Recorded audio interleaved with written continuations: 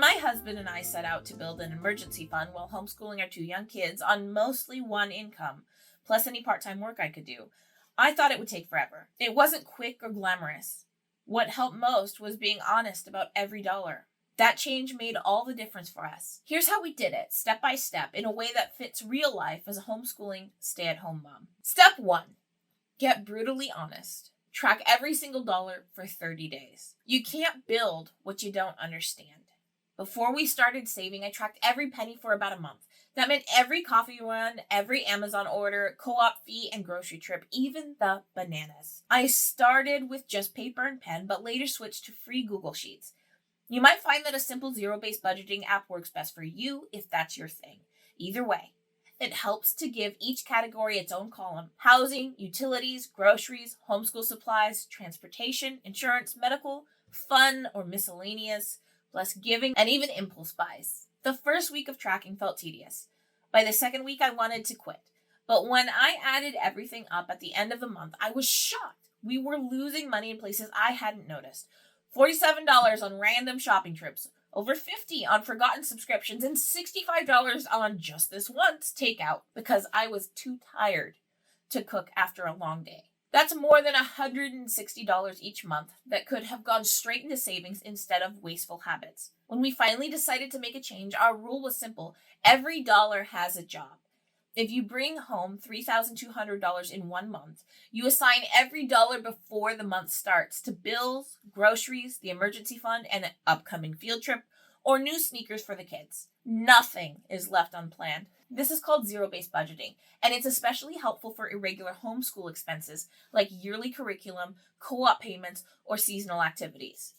You stop guessing and start making intentional choices. Step 2, calculate your real monthly burn rate. This is essentials only. Once I had 30 days of real numbers, I separated needs from wants. Our true fixed essentials came to about $2,850 a month for mortgage, rent equivalent, utilities, minimum insurance, basic groceries, gas, and basic homeschool costs averaged out.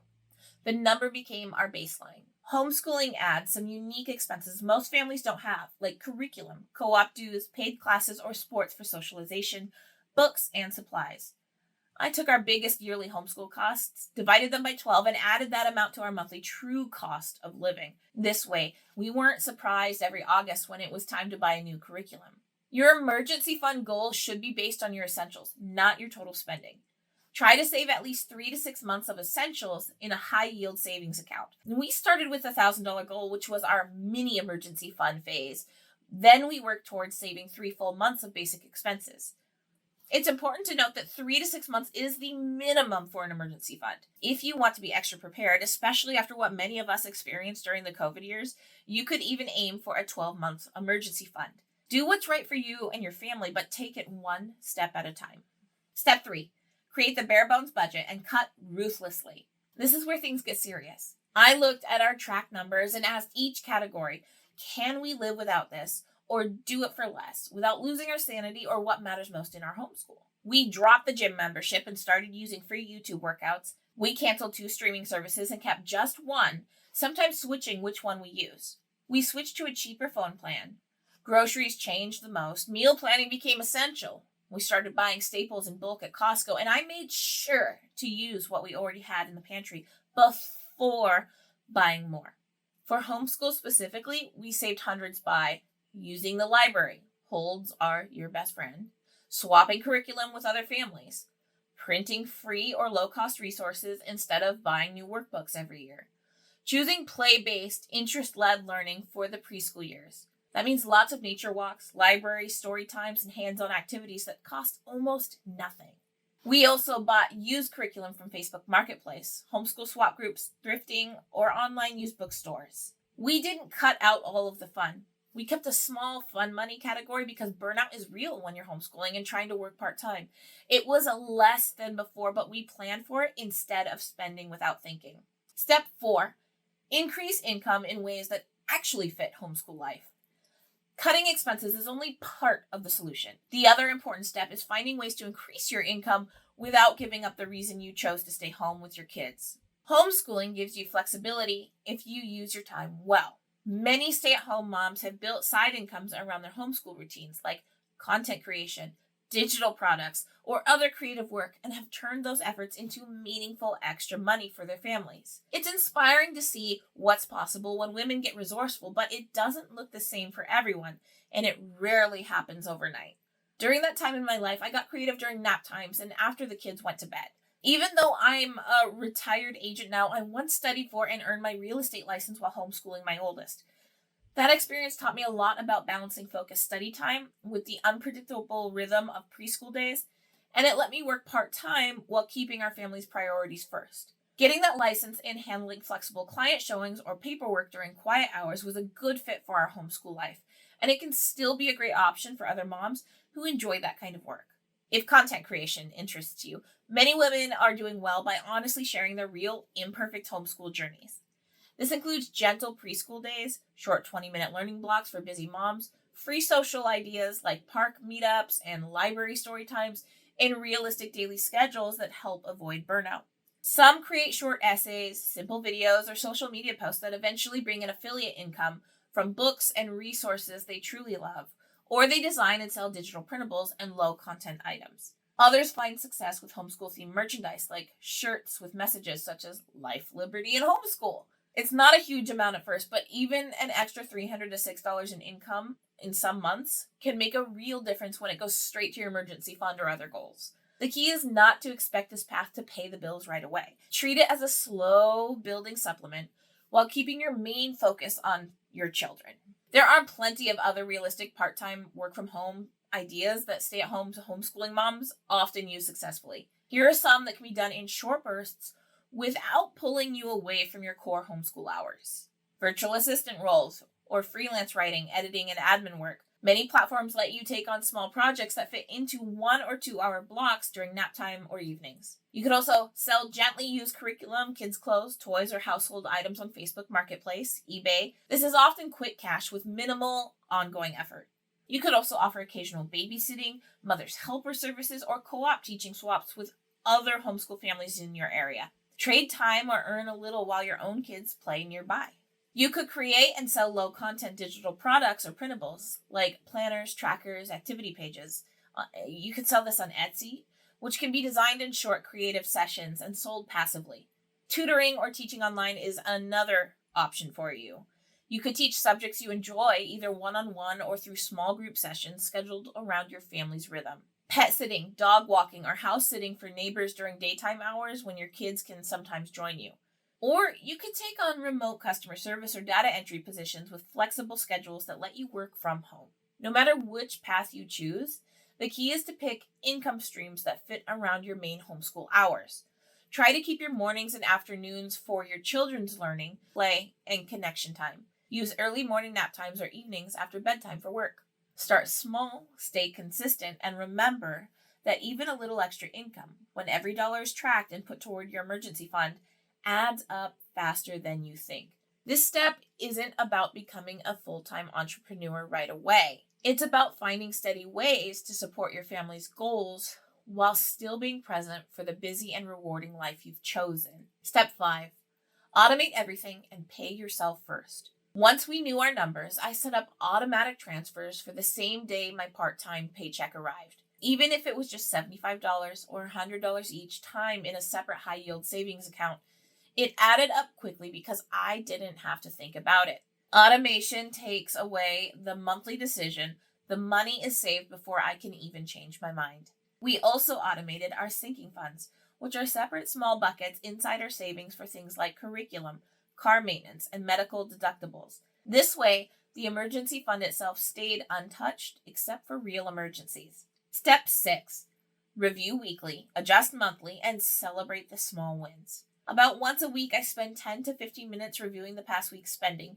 This helps catch small problems before they become big ones. Once a month, we do a bigger budget check-in, sometimes over coffee after the kids are asleep. We ask ourselves, did we stick to the plan? What surprised us? Do we need to move money for next month? Celebrating progress can matter more than you might expect. Try marking each milestone in small, meaningful ways that fit your family's budget and lifestyle. For example, when you save your first $1,000, plan a cozy family movie night at home with homemade popcorn and everyone's favorite blankets. Once you reach 3 months of expenses in the bank, treat yourselves to a simple local day trip you've been putting off, like a visit to a nearby park, beach, or free museum day. These low-cost or no-cost celebrations make the journey more enjoyable and sustainable. Recognizing your progress along the way is powerful. It gives you a boost in motivation and satisfaction that helps you keep going when the budget feels tight or life gets tough. Without these moments, it's easy to feel stuck in a cycle of restriction and eventually burn out. Celebrating shows that your hard work is paying off, builds positive feelings about saving, and helps you see the process as rewarding instead of difficult. Each small victory makes the next one feel more achievable and reminds you why you started. Step 7. Involve your kids and turn it into homeschool gold. Many stay-at-home homeschooling moms find that building an emergency fund can become a hands-on part of their children's education. It turns what might seem like an adult financial task into a meaningful family learning that adds real value to your homeschool days. A popular approach is introducing simple money jars with your preschoolers.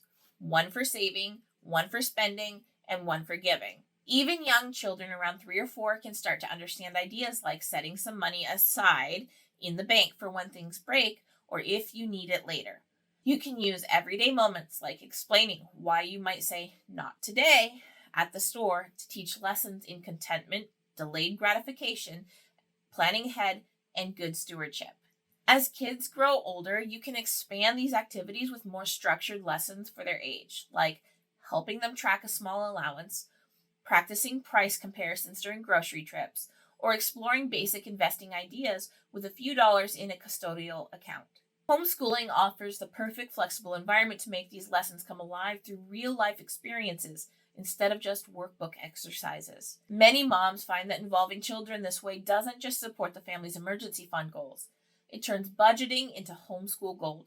Kids gain practical financial skills.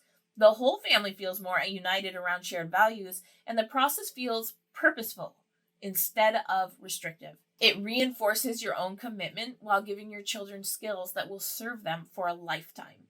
Step 8. Expect homeschool life to throw curveballs. That's why you're doing this.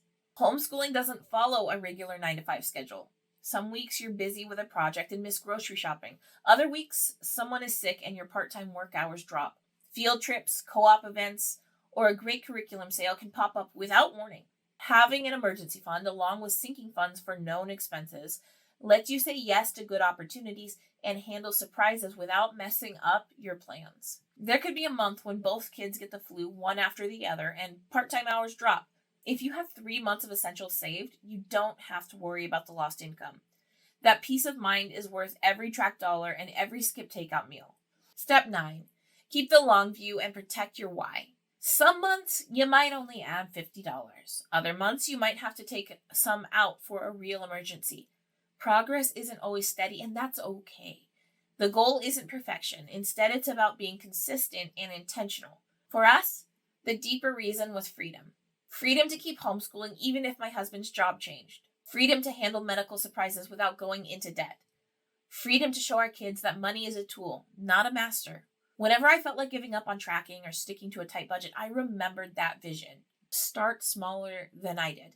Commit to tracking every single dollar for just 1 week. See what you learn, then try another week. Momentum builds faster than you might expect. And building an emergency fund while homeschooling on a tight or part-time income isn't about having a perfect budget or a big salary. It's about deciding that your family's peace and stability matter enough to be intentional with the money you already have and creative about bringing in more ways that fit your real life. You don't have to do everything at once. You just have to start. 1 tracked dollar, 1 automated transfer, 1 honest budget meeting at a time. Your future self and your kids will thank you for it.